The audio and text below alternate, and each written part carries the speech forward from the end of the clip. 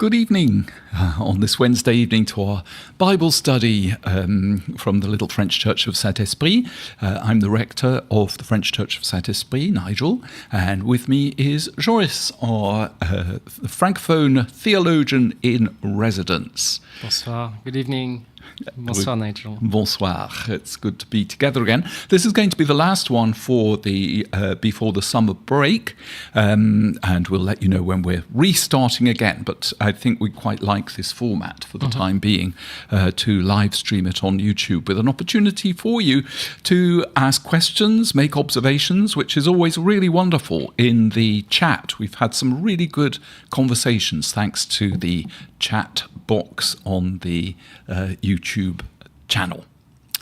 So I think we can begin. We're going to be looking at Mark chapter 5, verses 21 to 43. I think we need to click on the Bible study slideshow. That's good. Here's our little opening prayer. Did you want to read it? Yep. Yeah. O blessed God, who caused all Holy Scripture to be written for our learning, grant us so to hear them, read, mark, learn, and inwardly digest them, that we may embrace and hold fast the blessed hope of everlasting life, which you have given us in our Saviour Jesus Christ. Amen. Amen. Good, so we're going to read it in English and in French, and just look out for a little phrase in there that catches your attention. There might be, or just the sort of context of it, or the atmosphere of it, or something that just occurs to you first off as we read it through. You could type it in the chat if you like, and we'll talk about it. So here it is. In the revised standard version, updated or something. I don't know what the UE stands for. Edition. Anyway, edition. When Jesus had crossed again in the boat to the other side, a great crowd gathered round him, and he was by the sea. Then one of the leaders of the synagogue, named Joris, came, and when he saw him, fell at his feet, and pleaded with him repeatedly, "My little daughter is at the point of death. Come and lay your hands on her, so that she may be made well and live." So he went with him. And a large crowd followed him and pressed in on him. Now there was a woman who'd been suffering from a flow of blood for 12 years. She'd endured much under many physicians, and had spent all that she had, and she was no better, but rather grew worse. She'd heard about Jesus and came up behind him in the crowd and touched his cloak, for she said, "If I but touch his cloak, I will be made well." Immediately, her flow of blood stopped, and she felt in her body that she was healed of her disease. Immediately aware that power had gone forth from him, Jesus turned about in the crowd and said, "Who touched my cloak?" And his disciples said to him, "You see the crowd pressing in on you. How can you say, 'Who touched me?'" He looked all around to see who had done it. But the woman, knowing what had happened to her, came in fear and trembling, fell down before him, and told him the whole truth. He said to her, "Daughter, your faith has made you well. Go in peace, and be healed of your disease." While he was still speaking, some people came from the synagogue leader's house to say, "Your daughter is dead. Why trouble the teacher any further?" But overhearing what they said, Jesus said to the synagogue leader, "Do not be afraid, only believe." He allowed no one to follow him except Peter, James, and John, the brother of James. When they came to the synagogue leader's house, he saw a commotion, people weeping and wailing loudly. When he had entered, he said to them, "Why do you make a commotion and weep? The child is not dead, but sleeping." And they laughed at him.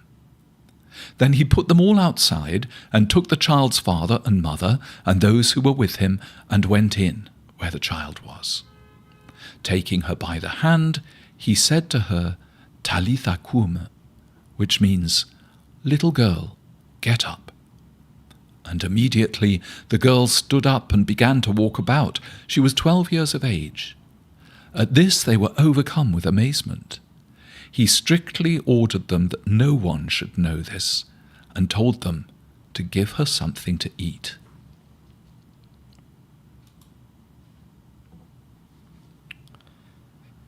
Jésus regagna en barque l'autre rive. Une foule de gens s'assembla autour de lui alors qu'il se tenait au bord de l'eau. Un des dirigeants de la synagogue, nommé Joris, arriva. Il voit Jésus, tombe à ses pieds et le supplie avec insistance. « Ma petite fille est mourante, dit-il.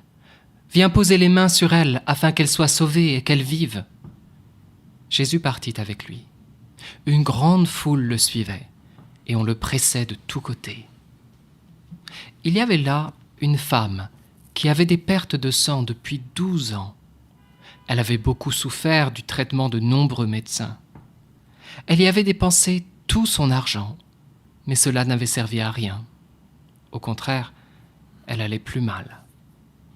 Elle avait entendu parler de Jésus. Elle vint par derrière, dans la foule, et toucha son vêtement, car elle se disait « Si je touche au moins ses vêtements, je serai sauvée. » Sa perte de sang s'arrêta aussitôt, et elle sentit dans son corps qu'elle était guérie de son mal. Au même moment, Jésus se rendit compte qu'une force était sortie de lui. Il se retourna au milieu de la foule et demandait « Qui a touché mes vêtements ?» Ses disciples lui répondirent « Tu vois la foule qui te presse de tous côtés et tu demandes « Qui a touché mes vêtements ?» Mais Jésus regardait autour de lui pour voir celle qui avait fait cela. La femme tremblait de peur parce qu'elle savait ce qui lui était arrivé. Elle vint se jeter à ses pieds et lui dit toute la vérité. Jésus lui dit « Ma fille, ta foi t'a sauvée. Va en paix, sois guérie de ton mal. » Comme Jésus parlait encore, des gens arrivent de la maison du dirigeant de la synagogue et lui disent « Ta fille est morte, pourquoi déranger encore le maître ?» Mais Jésus, surprenant ces paroles, dit au dirigeant de la synagogue « N'aie pas peur, crois seulement. » Il ne laissa personne l'accompagner, sauf Pierre, Jacques et Jean, son frère. Ils arrivent à la maison du dirigeant de la synagogue, où Jésus voit l'agitation et des gens qui pleurent et poussent de grands cris. Il entre et leur dit « Pourquoi cette agitation et ces pleurs ? L'enfant n'est pas morte, elle dort. » Mais il se moque de lui. Alors il les fait tous sortir, prend avec lui le père, la mère et ses 3 disciples. Puis il entre dans la pièce où se trouve l'enfant. Il la prend par la main et lui dit « Talitha, cum ». Cela traduit « Jeune fille, je te le dis, lève-toi ». La jeune fille, qui avait 12 ans, se leva aussitôt et se mit à marcher. Ils furent frappés d'une grande stupeur. Mais Jésus leur recommanda fermement de ne le faire savoir à personne, et il dit de lui donner à manger. Finally, we're going to read it from the Message. In the meantime, evening, Ruth and Guillaume and Amelia. Good to see you there. After Jesus crossed over by boat, a large crowd met him at the seaside. One of the meeting place leaders named Joris came. When he saw Jesus, he fell to his knees beside himself as he begged, "My dear daughter is at death's door. Come and lay your hands on her so that she will get well and live." Jesus went with him, the whole crowd tagging along, pushing and jostling him. A woman who had suffered a condition of hemorrhaging for 12 years, a long succession of physicians had treated her and treated her badly, taking all her money and leaving her worse off than before, had heard about Jesus. She slipped in from behind and touched his robe.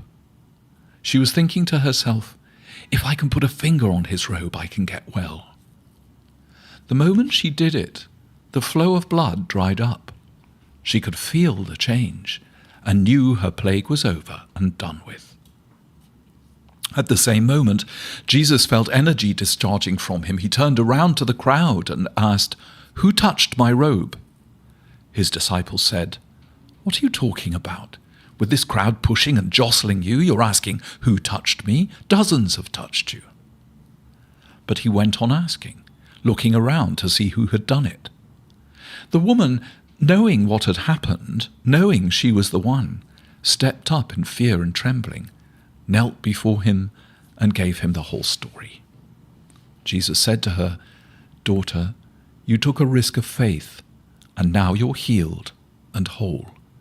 Live well, live blessed, be healed of your plague."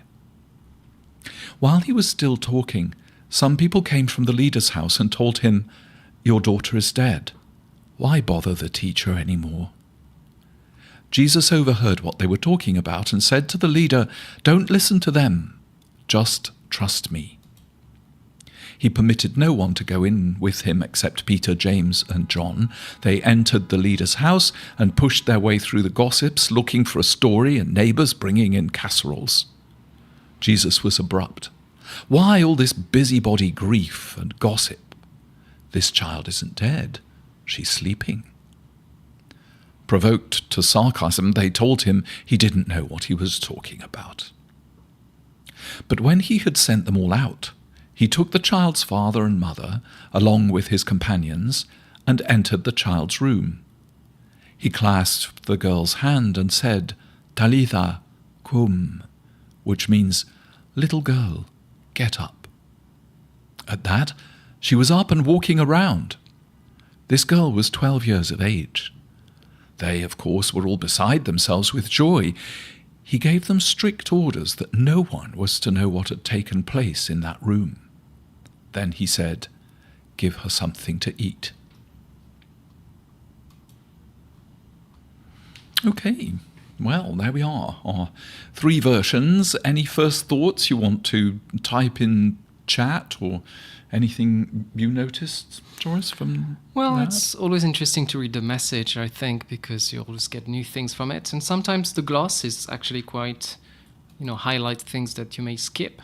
I really like how they translated, "You took a risk of faith," because as we see, what the woman is doing is, she's not supposed to do it. She's not supposed to touch someone in her uncleanliness. So that's quite of an interesting gloss, I thought. And thanks, Mark. That's a nice observation there.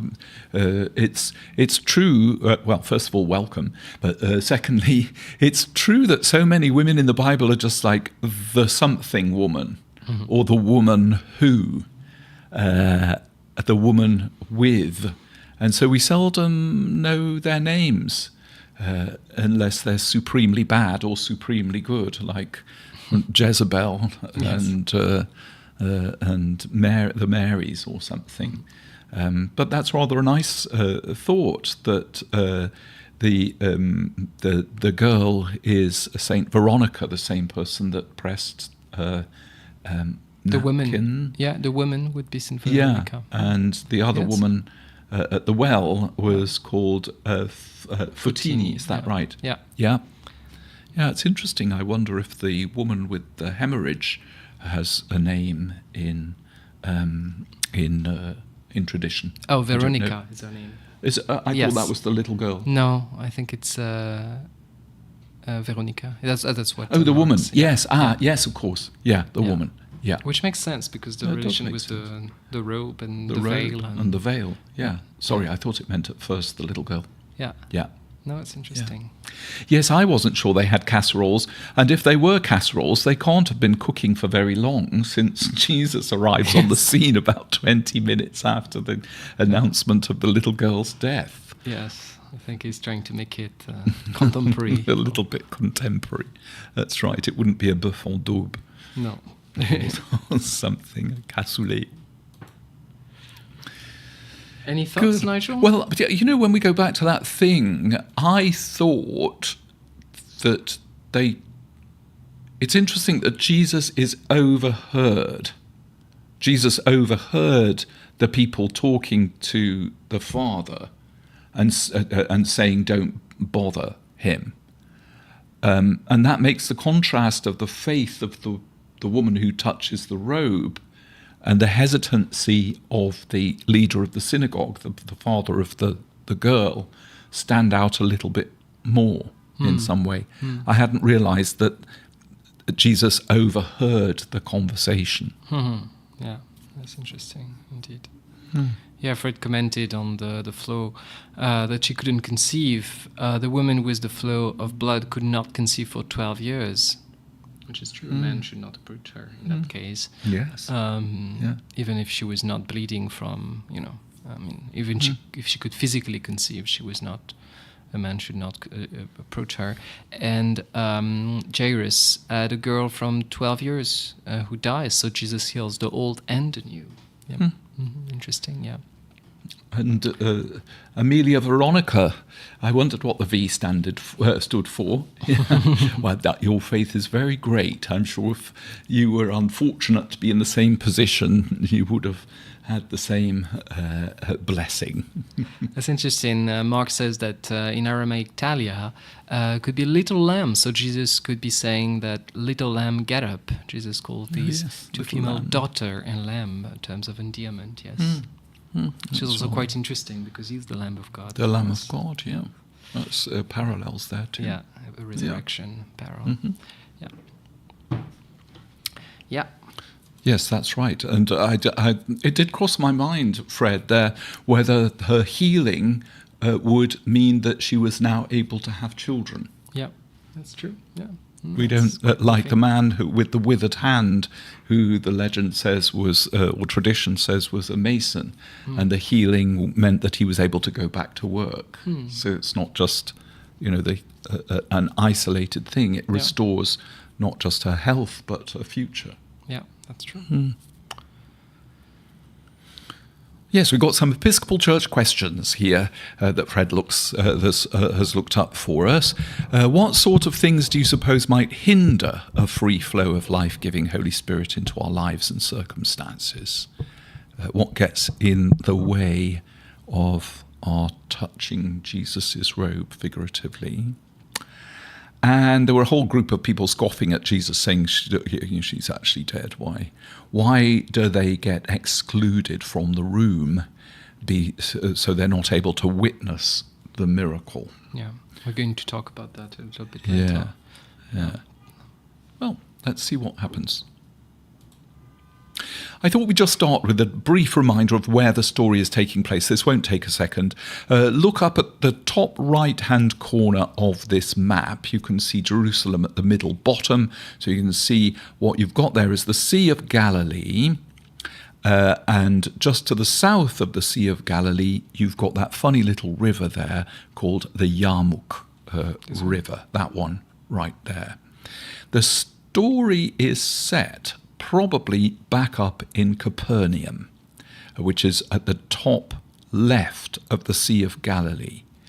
Where they came over the water from is still a little bit misunderstood, because there are several places called it's the country of the Gerasenes. Remember the Gadarene swine?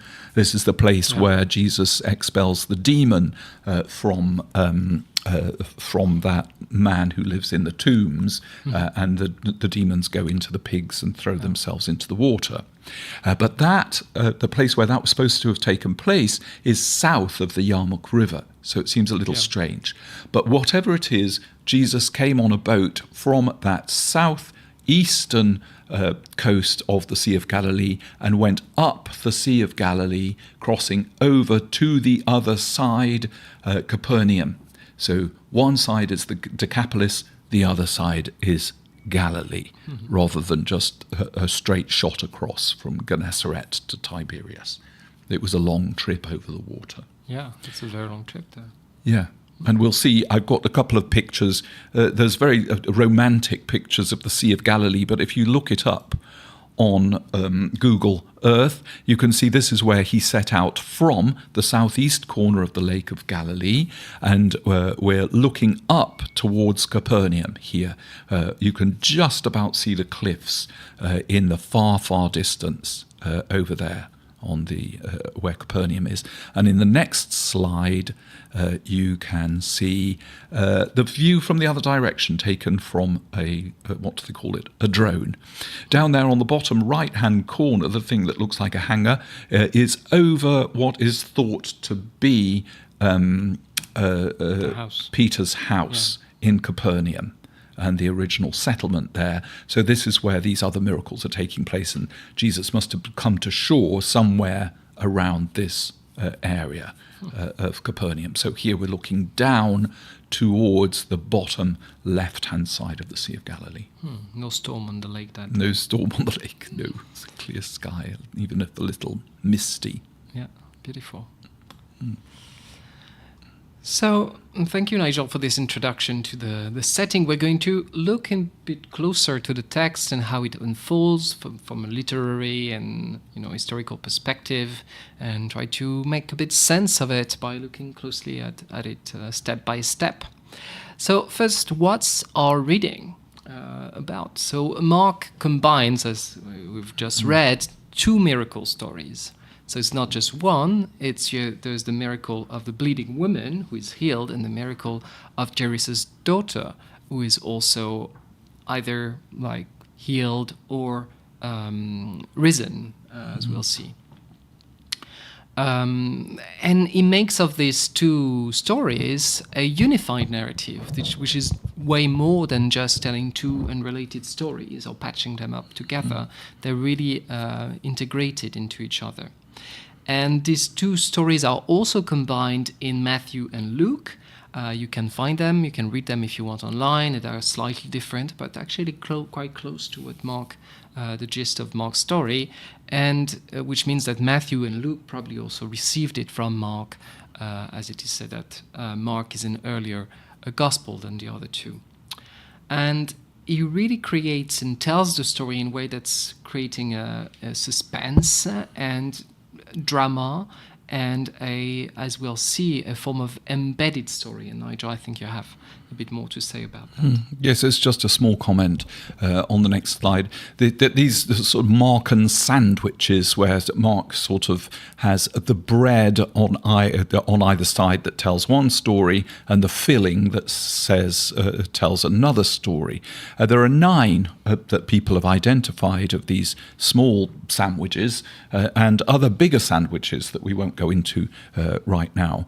But here are just 3 examples, as well as this one that we're looking at, that Jesus tells the parable of the sower, then interrupts that with a longish discourse on the purpose of parables, why he's telling parables, and only then does he come back to explain the parable of the sower. Yeah.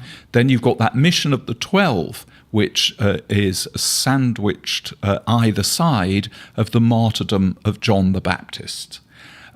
You've got the cursing of the fig tree towards the end of Mark's Gospel. Then we hear about Jesus going and clearing the temple, and then we go back to the fig tree and realize that the fig tree has withered. We can see this in Peter's denial and the prediction of his betrayal. Other examples are there. And this technique is known from Hebrew scriptures as well.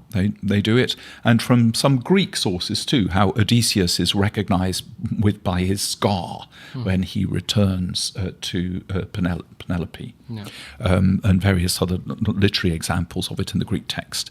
So the idea here is that what Mark seems to be trying to do is telling the bread part of the story, which can be interpreted by the filling part of the story, and vice versa. So he's requiring you to read them together. So perhaps we might explore this a little bit as we go ahead. The purpose of this sandwiching of the healing of the resurrection of Jairus' daughter and the healing of the woman with the flow of blood contrasts this great faith of the woman who reaches out, touches Jesus, with the slightly faltering faith of a religious leader of the synagogue. You would expect it to be the other way round. Mm-hmm. So there's a sort of literary purpose to this that's about contrast and about irony. The person that you're expecting to have the greatest faith is just about to give up when he's told that his daughter is dead. Yeah. No, it's very interesting. And that also all these like chiasm, these parallels, also very interesting because it really forces you to, think and relate and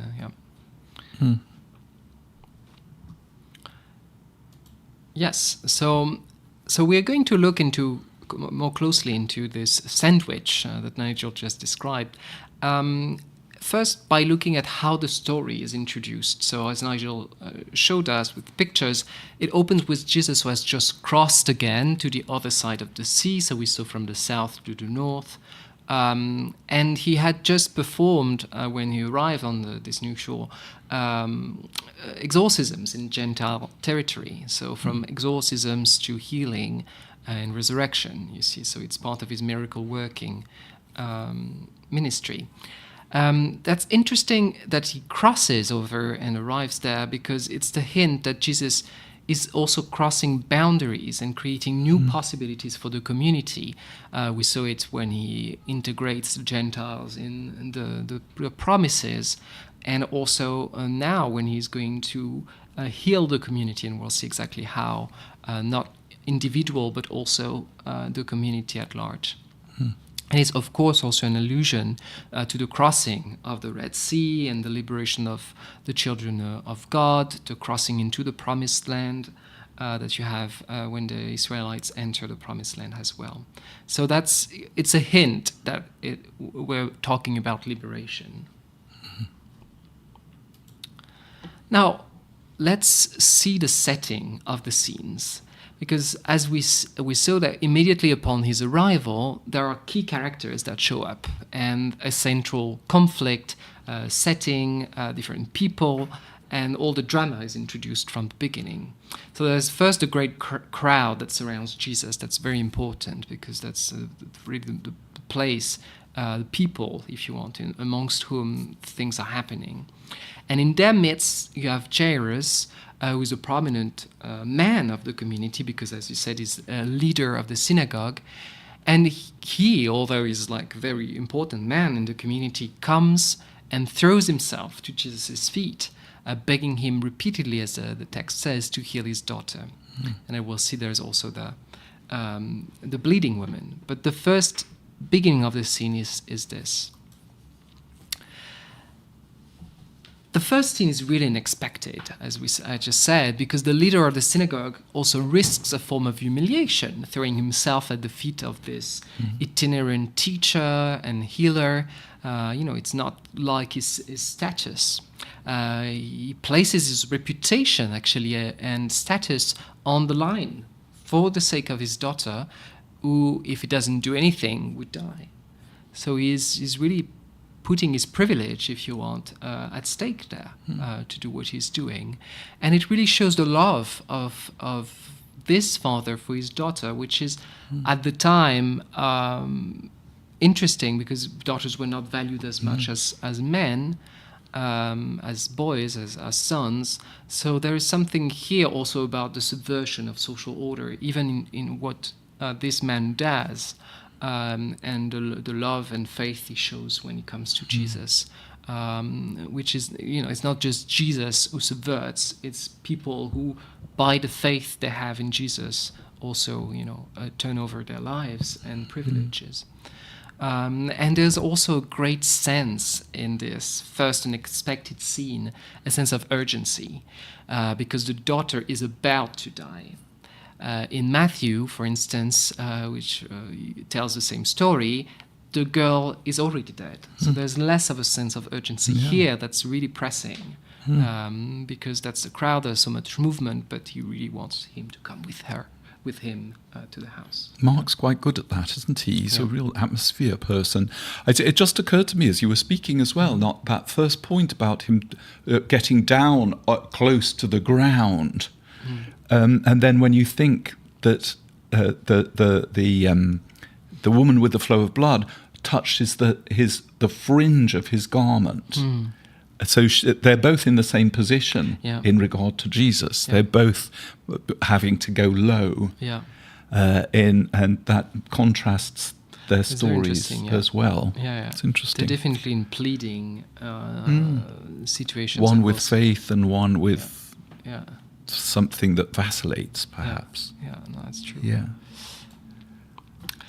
Now, as Nigel said, there's a sandwich, because within this first scene, you have a second, like, embedded scene. And that's in the midst of this urgency, suddenly the action slows down, and there's a conversation happening between these women, the disciples, and Jesus.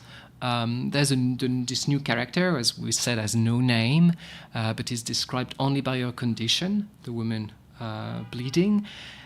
And she has been going down, as the text says, in downward spiral that places her really at the bottom of the social and religious ladder. As Mark remarked, I feel pity for this woman, because she was actually, as Mark says, socially dead. She could not have sex, had to sleep apart, could not hand object to other people, and could not take part in temple activities. So, and because of all the doctors she also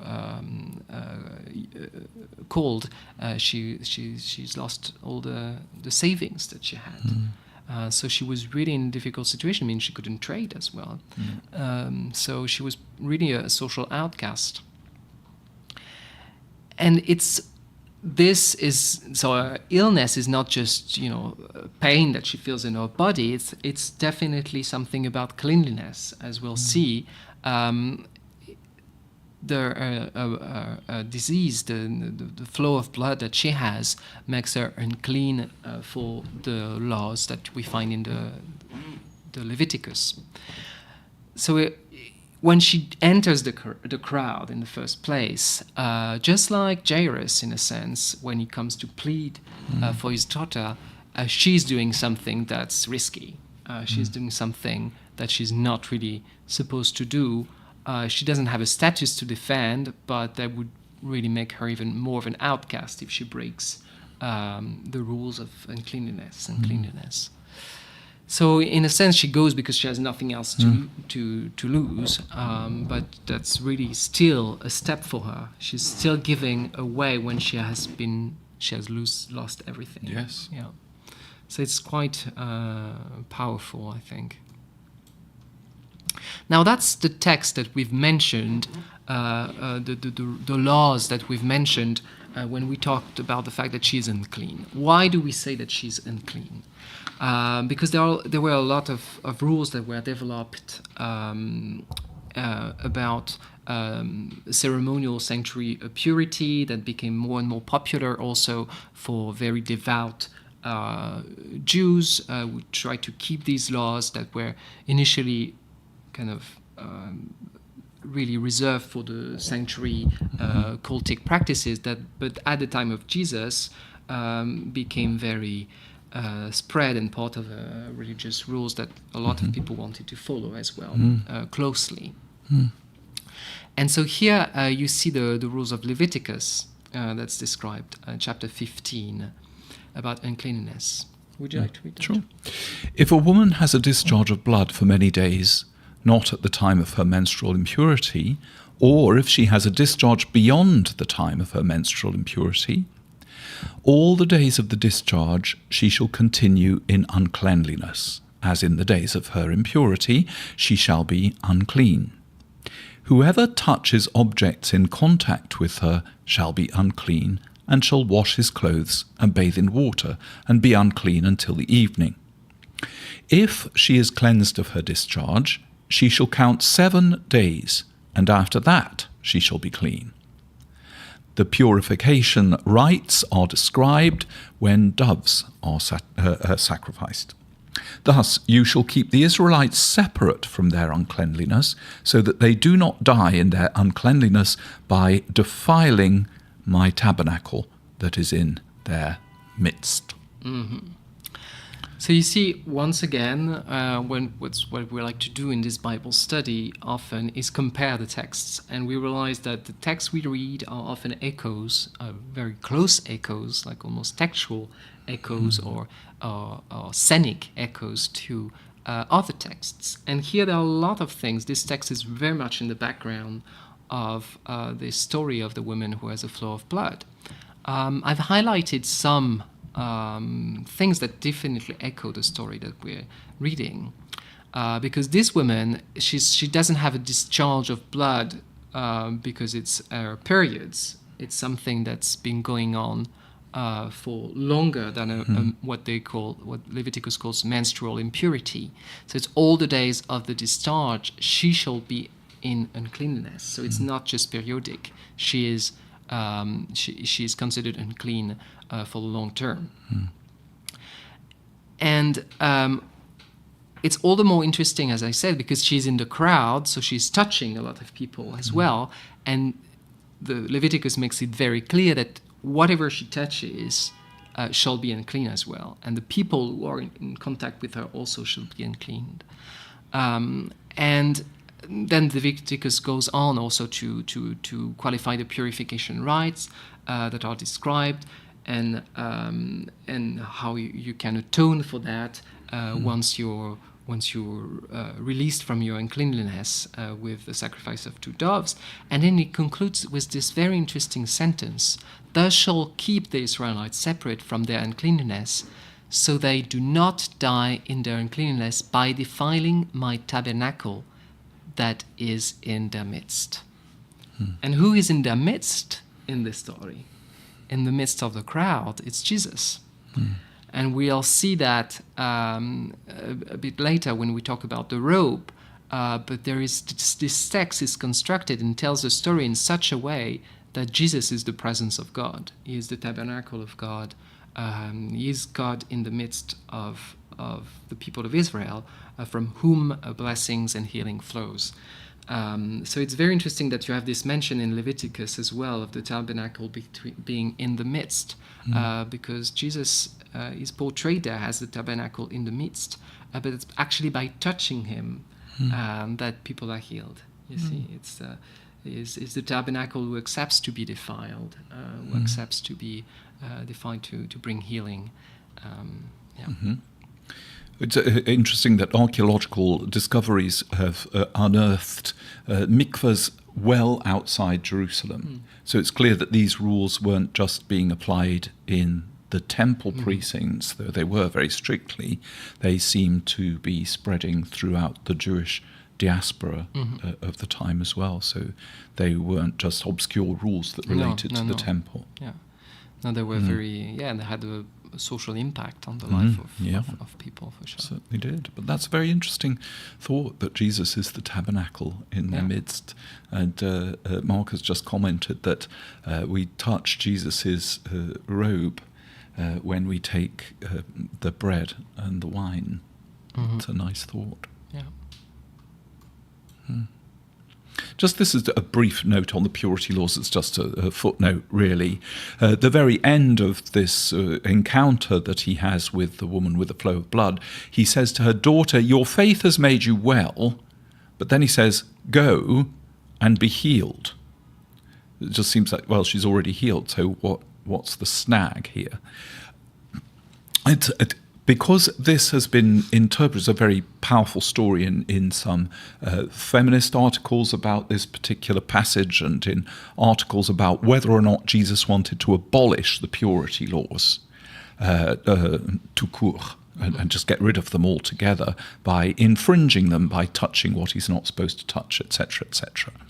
And some other interpreters of this put all the emphasis on the woman's faith and on Jesus' healing power, rather than saying, well, the story is about actually the purity laws. There's an element of that in there, but people have said, well, maybe this last thing where he says, "Go, your faith has made you well, now go and be healed," is a bit of a doubling of something that he's saying. Why is he doing this? Well, probably because this is a reference to the purity laws, that though she was healed now, it required the 7 days and the ritual washing in the temple. Unlike the healing of the person with the lepers, where he tells them all to go and wash themselves according to the Jewish law, he doesn't tell her to do that, but he may be inferring it in this little end statement. It's not a very important point, but there it is. No, it's interesting, yeah. And purity laws didn't only concern women also. No, Men also. no, concern men as well. Yeah. Yes, absolutely. So let's look a bit closer to this healing narrative that we have. So the woman, as we read, comes up behind Jesus and touches him without him knowing, and then she's healed by power that comes forth from Jesus. And this movement is quite interesting, because when we see a power coming forth in the Bible, in the Hebrew Bible, often it's flowing from the temple, it's coming from the sacred place, from the prophets. So it's very portraying Jesus as a healer, a someone who is imbued with the presence and power of God. A powerful, a form of magic, miracle working source. The woman is already healed, and that's what is interesting. As soon as she touches him, she is healed. So in a sense, there would be no need to stop if just the physical healing was a point and was all that mattered in the story. But as we'll see, the text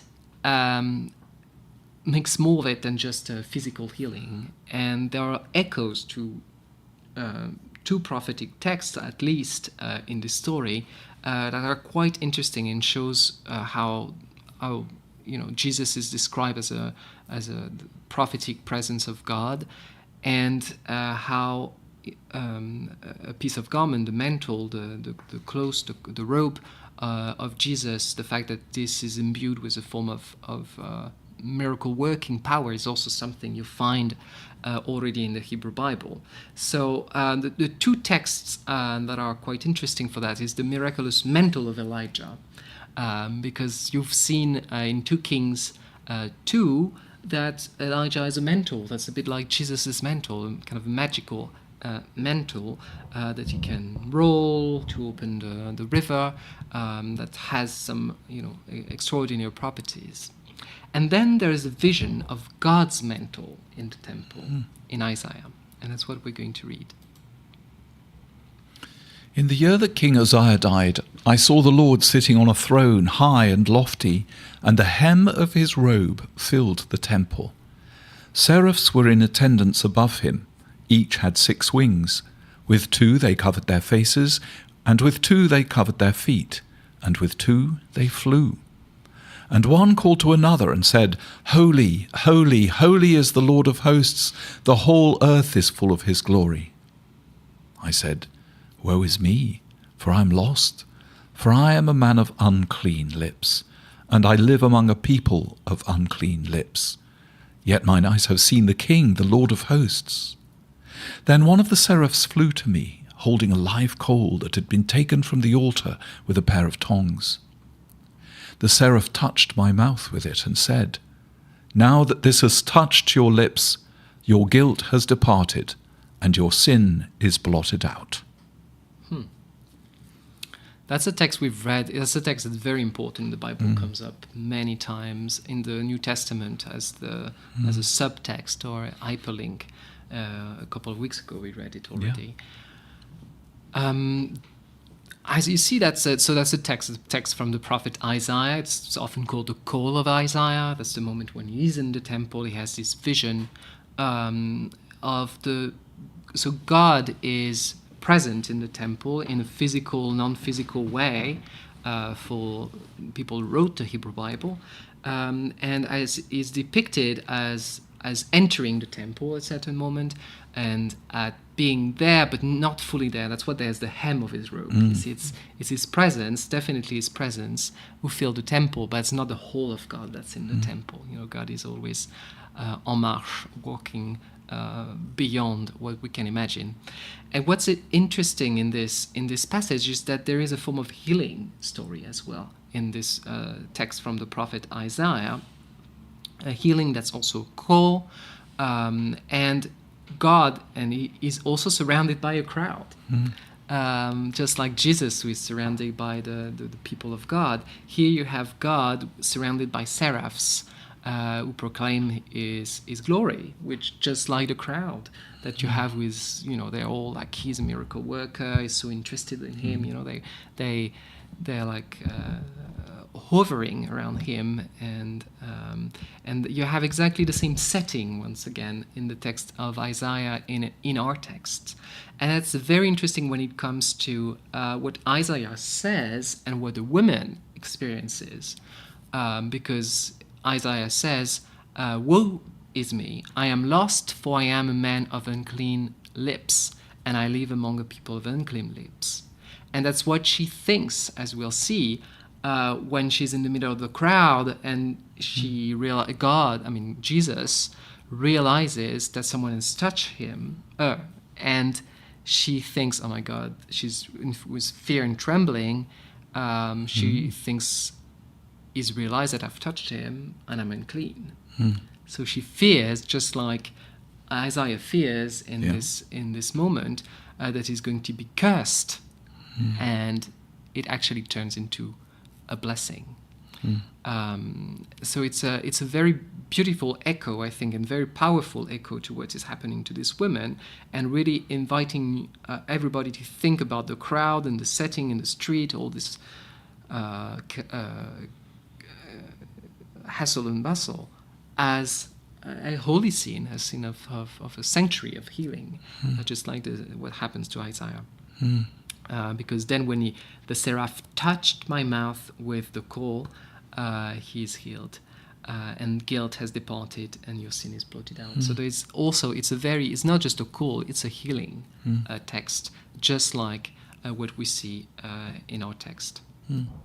And yes, the Sanctus is based on that little passage from Isaiah with these seraphs in the heavenly court, which we join with angels and archangels and all the company of heaven. Yeah. We worship your holy name, saying or singing, Holy, holy, holy Lord. And then our mouth receives also something, so it's quite beautiful. Yes, and our mouth receives the communion. I'd never thought of that. Yeah. No, it's a text that's very important for the liturgy, for the whole New Testament as well. As I say, it's dangerous healing for her, and she's taking a risk, just like Isaiah. Is being in the presence of God appears first as a risk, and then you realize it's a blessing. But it's a risk because Jesus stops and asks who touched him, and all disciples are skeptical. They don't understand why he's asking, because he's being pressed by so many people. But he persists and wants to know. And the woman, knowing that she has been caught, really, fearing that she should be punished for what she's done, just like Isaiah, actually receives a blessing and healing from Jesus. And this interaction of Jesus with this woman subverts the social order or disorder, the real disorder. It brings back order, it brings back wholeness into a situation that's disorganized, that's unfair. And then you have the whole conversation between Jesus and the women, why Joris, who is an important man, is waiting. That marks really an extraordinary interruption of the social order, because he's not favored. Joris is not favored at that moment. It's this interaction that Jesus has with this woman that's at the center of the story, of the sandwich, actually. And the woman then tells to Jesus what's happened to her, why Joris is waiting. And is probably even shocked at this moment. That's the moment where the two stories are starting to be woven together, because he's probably shocked that as a leader of the synagogue, that Jesus spends more time with this woman who isn't clean than to come with him. So that's the moment where the two miracles are coming together, because he's there. It's not mentioned so much, but is present and witnessing what's happening there. It's interesting. I remember as a child going with my mother up Stone High Street shopping, and she would inevitably be interrupted or greeted by one of the people of the town who would enter into a long explanation of the sort of operations that they were about to have. So I can imagine the poor woman had quite a lot to say about the doctors that she'd visited and what had happened to her in this long organ recital, as my mother used to call it. Mm-hmm. I mean, there's a question. She touches his robe, not his person. Is it considered the same thing? Well, yeah, go ahead, Nigel. No, I was just going to mention the fact that very often these robes, I don't know if you've seen those Assyrian reliefs, for instance, and Babylonian reliefs, the ceremonial robes of the leaders would often be decorated with religious symbols. I'm not saying that this is the case in Jesus's clothing, but on the fringes of the robes would be the symbols of the planet Venus or the planet this, that, or the other, that convey the power of the person.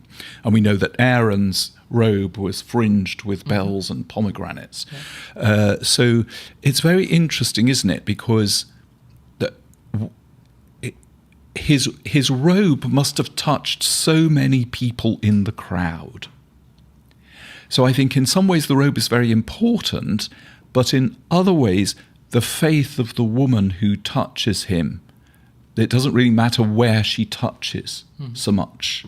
She doesn't reach out to touch his hand because that's too risky maybe, but to touch the hem of his robe was something that she could bring herself to do, and it was her faith in that gesture that healed her rather than the proximity to his clothing that healed her.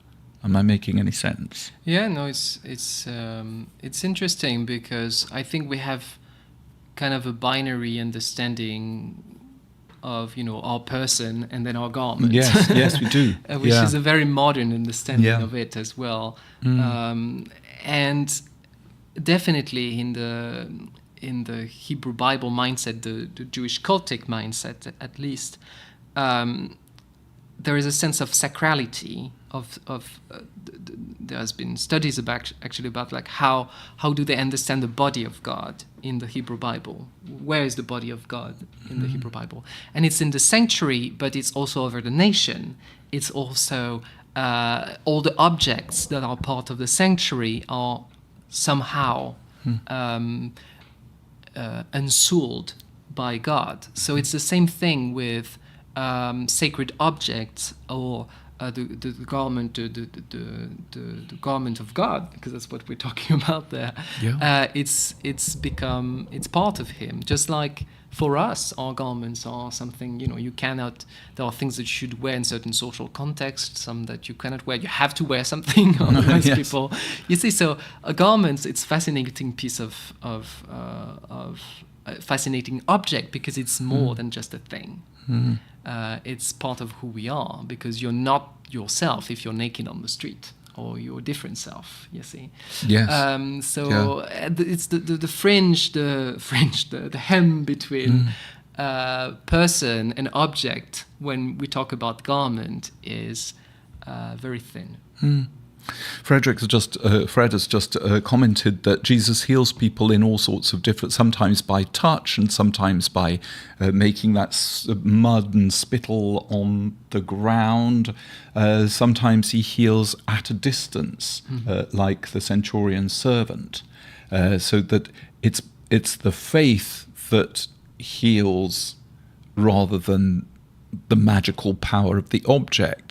But in this particular case, the resonances of his robe makes you think of the soldiers who decide not to divide the robe because it's made out of one piece. Yeah. So they cast lots to see who will inherit the robe.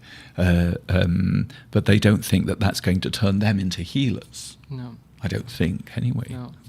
No, it's interesting because also in Isaiah 6, the word for the robe of God, it's also his train. How do you say the train?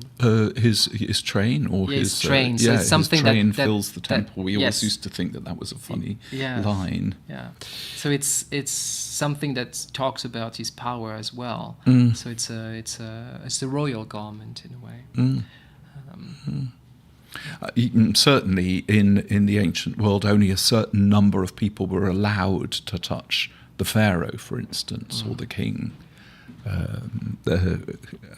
Yeah. I think there's an echo to the Song of Songs actually as well in this passage, because there's the hem of the garment in the Song of Songs as well. I didn't look it up, but yeah. Good. Yes, so that was it's very interesting questions. If you have more questions, don't hesitate. Lina, among Orthodox Jews, a husband cannot even touch a spoon his wife has handled if she's menstruating. Yes, a lot of rules. That's certainly a very powerful part of the story. Yeah. Yeah. Now, as we said, that Jesus' healing is more than just a physical healing as we would understand it today, because very much like today, actually, certain diseases bring also some social, make you a social outcast. I was thinking of AIDS, for instance, or other diseases that make you, persona non grata. And here, Jesus heals this woman, but also reintegrates her within the social fabric of society, and a social fabric that's also restored, because, as we'll see, creates this link between this religious leader and this outcast woman. So there's not an already existing perfect society in which Jesus reintegrates this woman. Au contraire, it's really, he weaves together the society, and it's beautiful because we're talking about garment as well, but he weaves it together as she's healed. And so he reintegrates her, calling her daughter, into the family of Israel. And there's also an interesting echo to Joris's love for his daughter in this passage, because Jesus suggests that God has the same love for this woman as his daughter than Joris has when he puts everything. He's ready to give away his privilege and everything he has, his status, to save his daughter. So you see, the stories have to be read together. They help understand each other. And that's in the presence and power of Jesus that all these old barriers between insider, outsider, clean and clean are broken and are made porous and form a new community. And he says also to her, your faith has made you well, which in Greek it's the word sozo, which is larger than the physical healing. It's sometimes translated as saved you. It's something more holistic. It's not just a medical salvation. It's a spiritual one as well.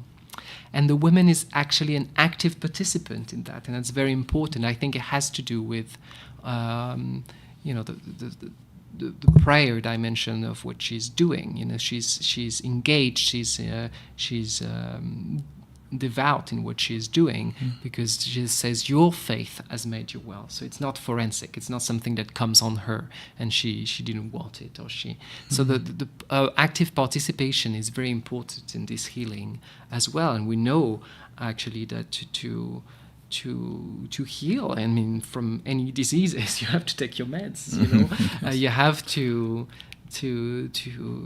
be willing to participate into any form of healing, be it physical, mental, social. It takes faith. It takes involvement. And no, I was just going to. It relates to Jairus' daughter as well. But is that we tend to put things in blocks, don't we, into categories? This one's an exorcism. This one's a physical healing. This one is, a monetary healing of the Zacchaeus and this tax fiddling business. We tend to categorize these healings of Jesus, but I don't think they would have seen it that way. Somebody's healing integrated them into society. It was more of a holistic idea that we've got here. It may be expressed in a particular way, but it covers their lifestyle, what they were able to do when they were healed. Even the man who was possessed, at the Gadarene swine, he wanted to come back in the boat with Jesus. And Jesus says, no, go and stay, go back to the place where people made you an outcast. And even in the country of on the other side of the Gentiles, he's doing the same thing, integrating people back into wholeness. And all of those words are related, aren't they? Healing, wholeness, health. Yeah, salvation. Salvation. Yeah, all of these are very much integrated. Sorry. Yeah, it's very interesting. So it actually sends her forth with a blessing at that moment. Go in peace and be healed of your disease. So she's moved from being a cursed outsider to a blessed insider, but I would say an insider that's sent away. She's not there. She's not stuck. She's sent, and inside someone who is who can be, can trust in this community, that she is part of it, but that she is not limited to it, however, which I find is quite powerful as well. Now we suddenly return at that moment to the first scene, because there are people who come in with the news of Joris's daughter's death, who has died in the meantime. While this healing happened, that's the paradox as well. When this woman is being healed, the daughter died. And Jesus comforts Joris, as Nigel's mentioned, do not fear, just believe. And having seen, that's interesting, because you have to also look at what's happening now after Joris has seen everything that's happened to the women. Having seen the faith of the woman and Jesus' interaction with her, now he also has some good reason to trust Jesus' word. Yeah. So it's not, it's something very incarnate in the situation. And there's yet another challenge there for Jesus, because it's not just healing a sick person here. He's called to raise a dead. Somebody who's died. Yeah. Now, a dead or not, because that's an ambiguous resurrection story. Because when he arrives on the scene, Jesus sees all the mourners who are wailing and everything, probably like hired mourners as well, people who are here. And he says the child is not dead, but sleep. And there are different ways of understanding it, what Jesus says there. Understand it as a theological statement that in his presence, death is but sleep. That's a tradition that has borne many fruits in the Christian tradition, devotional tradition, in the rites of funeral. People it's a euphemism, but it talks about the Christian hope that our death is just a change of state, just like sleep is a change of consciousness or state. And the verbs used in this text are used elsewhere, however, to talk about real death and resurrection. So that's a bit ambiguous. Now, he might actually be describing a factual thing that she is falling asleep, maybe in some form of coma, and they think that she is dead. Or, and that's, I think, quite an interesting thing, that he's concealing of his power there, because he doesn't want to be known yet as someone who raises the dead.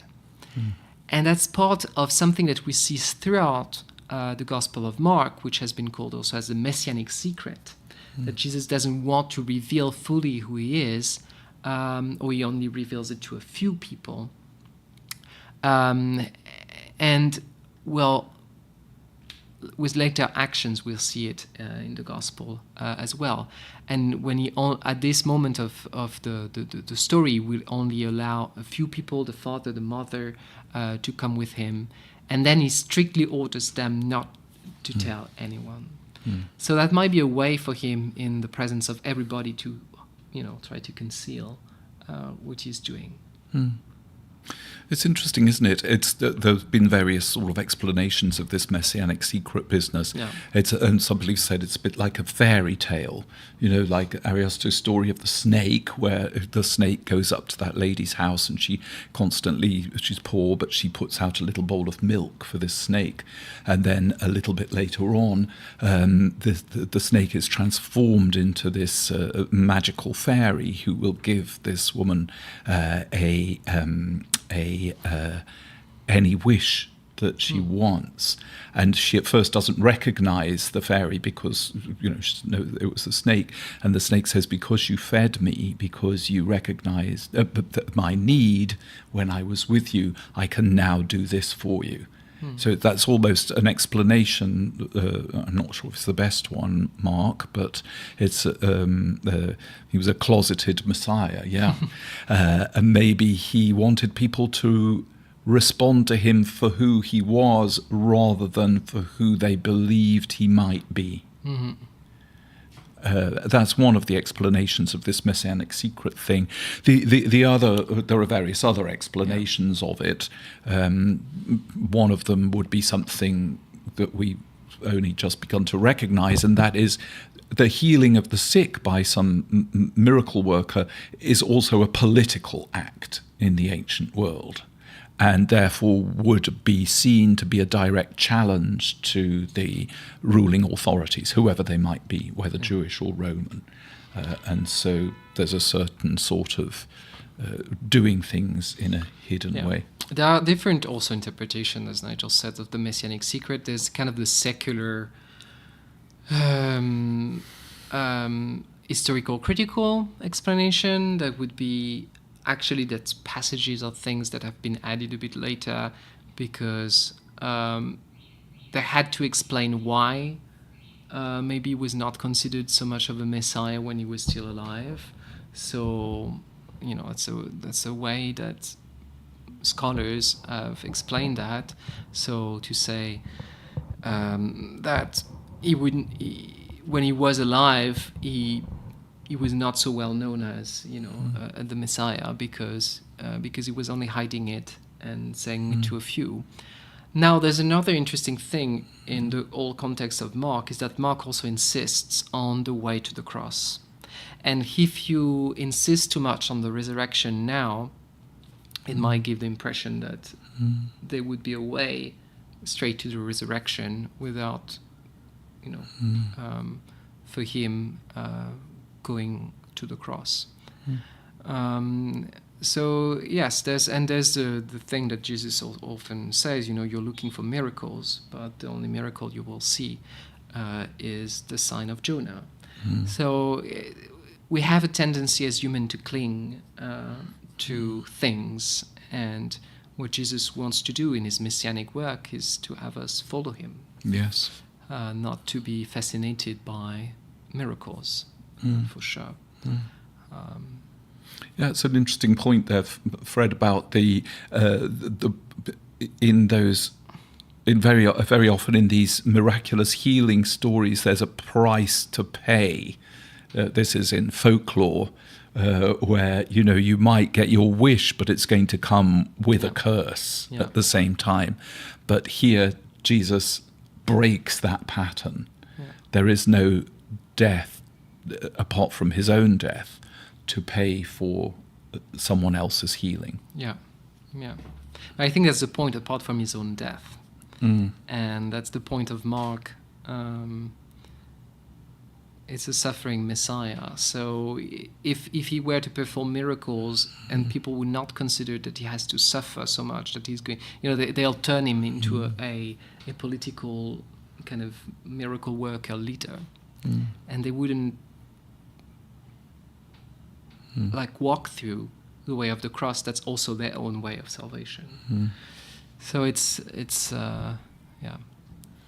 Yeah, it's certainly true, Mark, that all of that sort of stress and social stress and oppression causes illness. And that sort of fits in with what Jesus is doing here when he's talking about the kingdom of God. It's not just behaving properly. It's healing from what we would call structural sin, or the world's systems, and undermining them through these acts of healing too. Yeah, that's true. Now, so what miracles has Jesus worked in our text? Well, we've seen that Jesus has raised socially and healed physically the bleeding woman, who was a social and religious outcast. Here they have beautiful illumination. It's difficult to find actually Christian images that combine the two stories, just like the text is. I mean, the two stories are very much part of the same story, but oftentimes Christian iconographers would depict them as two different stories. But here you have them all together. Here the women on top with Joris here, and the house, the wailing outside, and the little girl is in the bed here. So it's all in one. It's quite nice beautiful. Discovery. Yeah. And he's raised and healed the daughter of a prominent religious leader. And the two healing stories or resurrection stories are forever held together in one story and one community around Jesus. People who are from very different social background within the community of Israel. And both of them are also linked with a little detail, I don't know if you've noticed when we read it, by the number 12. Because it is said that the woman has been bleeding for 12 years. And it is said at the end of the text that the little girl, it's really an aside, was 12. So that both of them are linked by this symbolic figure, which is also a figure of the totality, the wholeness of Israel, because the 12 tribes of Israel. It's the 12 apostles as well. So it's a number of wholeness that binds them together as well, that relates them. So they're definitely not individual miracles. They're not to be understood on their own. I think that's what Jesus is worried when people make too much ado about miracles, is then it becomes a thing in itself. And here they have to be understood together, and each miracle enlightens the other. It's definitely a path towards a form of collective healing that Jesus provides. And there is kind of a form of allusion to a new family there, a new restored community of Israel, which we've seen, because it just crossed over from Gentile land, is actually beyond Israel as well. It's the whole people of God that's being gathered together into one family.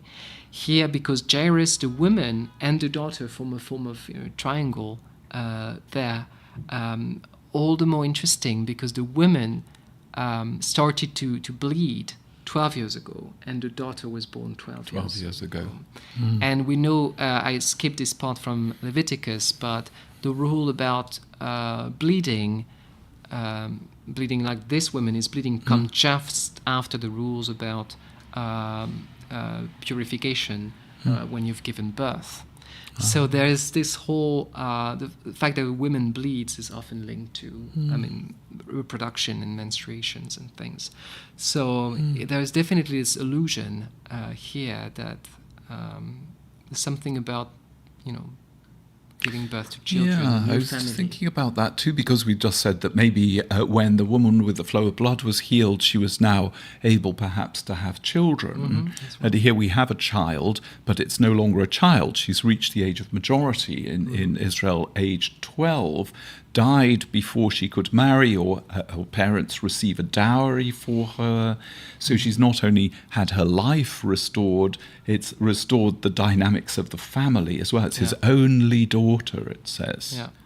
So once again, there's a social dimension to this that breaks down those oppressive barriers of living under an empire's occupation and restoring a community and a way of life. Yeah, which has to do with very intimate experience of womanhood and motherhood. It's quite beautiful and true. So these stories conclude with Jesus having crossed over from Gentile land to Jewish land, and to social and also crossing social and religious barriers within the Jewish community and helping others to do so, and helping others, but also because others have had this impetus towards him. So it's quite beautiful to see that it's a form of collaboration in healing itself. Well, here we are. There's some Episcopal Church recommended Bible study questions. We began with some that related to the nature of the text itself, and now here are just a couple of questions that relate to the sort of application of the text, perhaps spiritually. Healing may mean something different from being cured of an ailment. Okay. How have you experienced healing in your life? That's interesting, isn't it? What social boundaries are you willing to cross when you can aid others in healing? Yeah. Well. Oh, poor thing. Yes. Yes. Poor Mark, you were injured by... and you're in a hospital. Oh, that's such a menace. I'm so sorry.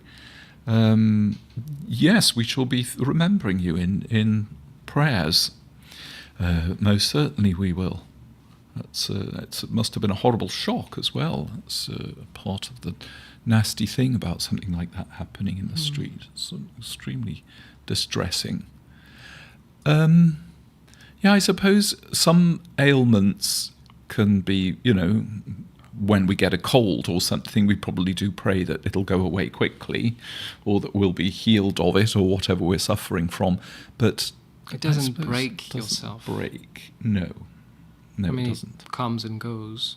Mm-hmm. But when there is some form of healing that's more holistic, there's your personality changes. Yes, you grow. Mm-hmm. For sure. And sometimes it takes a lifetime, and you've got to be dragged back to it. Yeah. I think that's one of the things that I quite liked about Jesus' concluding remark to the woman as well, when he said, "You're healed, go and..." what did he say? I can't remember. "Your faith has made you well, go and be healed." Yeah, go and be healed. And crossing back into to a life that she'd been excluded from was part of the long-term healing that she was going to be living through. I suppose we all have things in our lives that take a lifetime to heal, and we shouldn't kick ourselves for the slowness of it. That's what is nice with this story as well, is that it drags, in a sense. Yes. Yeah, there's a suspense that Joris has to wait for this healing or resurrection to happen. It's not immediate, for sure, and because we have to heal together in a way. Yes, over a long time. So it takes time. Yeah. And this societal boundaries, are you willing to cross when you can aid others in healing? Now, that's a very interesting question when you apply it to a church, because, all churches, I don't care which one you go to, there's bound to be somebody who comes for a little while or for a long time that a healing community can't necessarily reach. Yeah. Am I making sense? That the presence of somebody who, I'm talking about somebody with a very, very serious personality disorder that can disrupt a community very seriously, and they've refused to medicate for it, or they've refused to pass through a therapeutic experience, and they're expecting the church just to accept them when they're an extremely disruptive presence and get up and do things in services or what have you. I think in that context we always have to think about other people in the congregation as well that may have members of their family who act a little bit like that, and it really makes them anxious and worried and afraid. So there are some societal boundaries. I'd be willing to cross many, many of them on a personal one-to-one discussion, and have. But as the rector of a church, there are other boundaries, societal boundaries, that one has to pastor a community for, and not just an individual. Mm-hmm. And, That's interesting, though, because Jesus has one-on-one, encounter. Yes. And the thing happens. I don't know why it reminded me of, the courage to be and the courage to be accepted. And so much of the healing, as we see in this text, has to do with these people having the courage to be accepted, even when they're afraid that it would be socially unacceptable. But God is there to accept them. So there's something when you aid other in healing, Yeah, that's when I don't know if this is relevant, but when I was a curate in England, in North London, in Tottenham, somebody was shot in the street, and I heard it happen and saw him there. I realised it was sort of a gangy thing, but I went down in my coat with wearing a collar, and I could see that he was bleeding quite seriously, and I took off my coat and tried to staunch the bleeding that was sort of being shouted at by some other people in the street. I mean, eventually the ambulance that we called arrived. But I don't know why I tell this story, really. There's sometimes it involves risk to and the appearance of a sort of impurity or a crossing of a boundary there. But when you see somebody in need, you just respond to people's need. I mean, to heal, thinking of like any form of addiction or mental illness or something. I've been through, depression, things. You need to have the courage to make appointments with a therapist and things like this.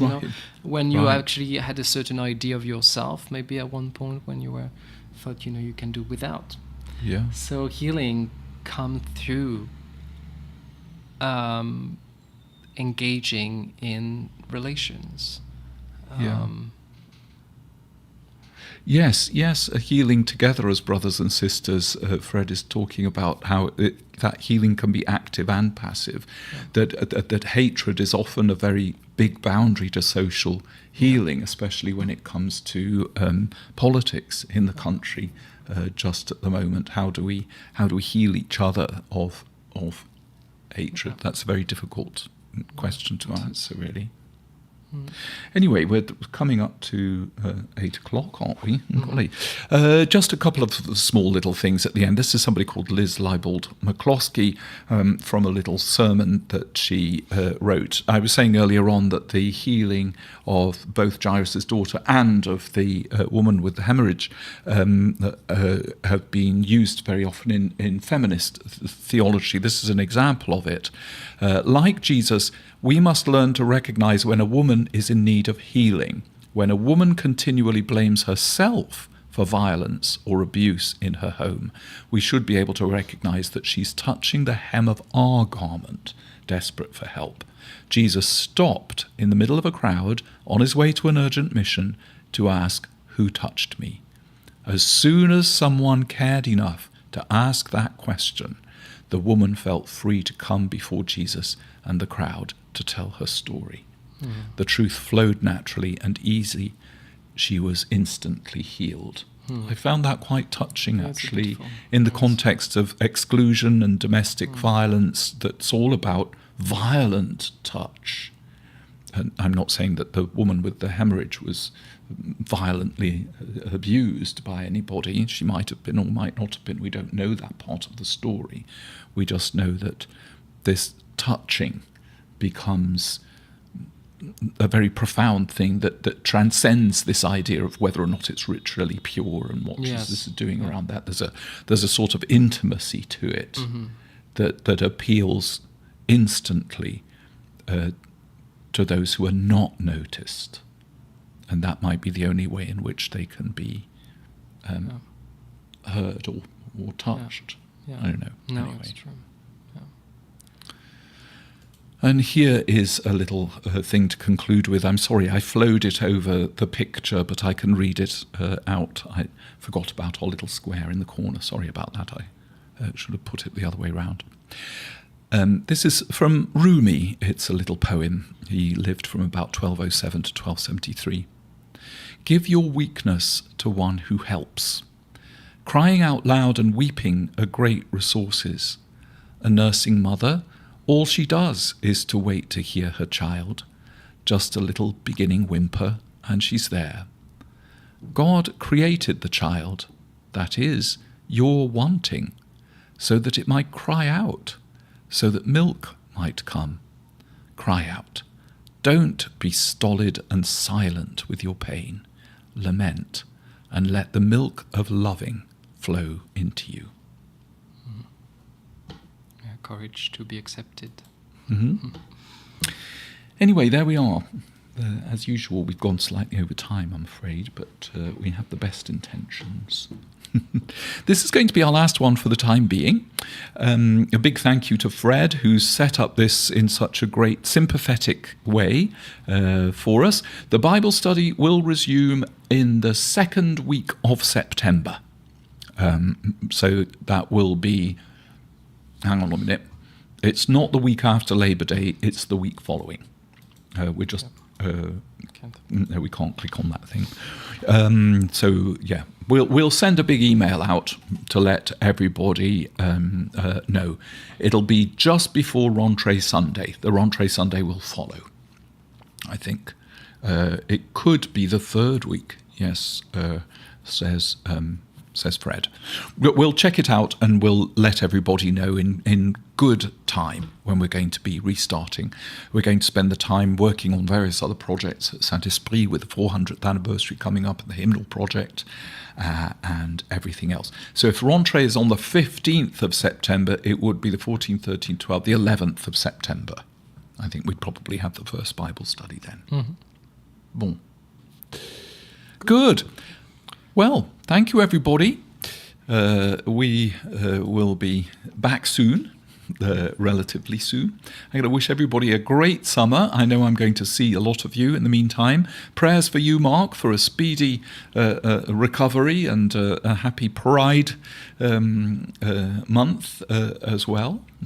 And look forward to our first Bible study of the Rentrée. Yes. And to our little Bible study party and our Thésée party that we'll be having here at Saint-Esprit, and we'll make an announcement of that as well. Bonne nuit. Merci. Thank you to all of you. And thank you, Thanks, Nigel. everybody. Bye-bye. Good night, everyone, and see you soon. God bless. Bye-bye.